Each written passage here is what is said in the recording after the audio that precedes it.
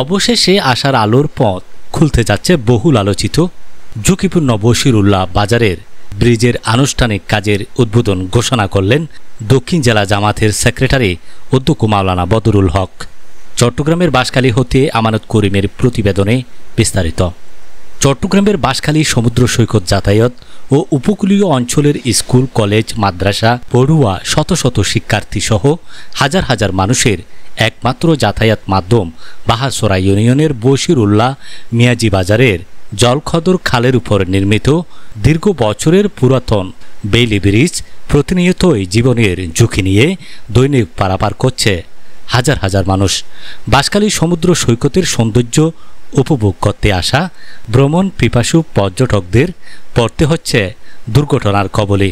ঘটছে ছোটখাটো দুর্ঘটনা, এক কথায় মরার উপরে খাড়ার গা।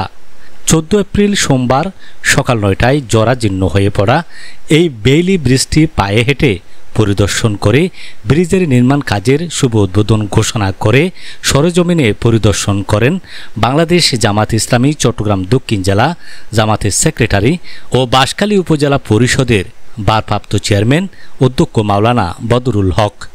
তিনি বলেন, অতি দ্রুত সময়ের মধ্যে এই ব্রিজের কাজ সম্পূর্ণ করা হবে। পরে বাংলাদেশ জামাতে ইসলামী কেন্দ্রীয় কর্মসূচির অংশ হিসেবে বশিরউল্লাহ মিয়াজির বাজার পূর্ব পশ্চিম কূলে ব্যবসায়ী ও পথচারীদের মাঝে দাওয়াতি অভিযানের লিফলেট বিতরণ করে সংক্ষিপ্ত সমাবেশ অনুষ্ঠিত হয়। এ সময় উপস্থিত ছিলেন বাহারছড়া ইউনিয়ন জামাতে ইসলামীর আমির হাসান আজাদ চৌধুরী, অ্যাসিস্ট্যান্ট সেক্রেটারি কামাল উদ্দিন চৌধুরী, উপজেলা যুব বিভাগের পরিচালক খুরশেদ আলী চৌধুরী, ডাক্তার মাহবুব, ইউনিয়ন শ্রমিক কল্যাণ ফেডারেশন সভাপতি ডাক্তার শাহরিয়ার আবদুল্লাহ পারভেজ, 2 নং ওয়ার্ড জামাত ইসলামীর সভাপতি ডাক্তার মোহাম্মদ হাসান, সেক্রেটারি মোরশেদ আলী চৌধুরী সহ অন্যান্য নেতৃবৃন্দগণ উপস্থিত ছিলেন।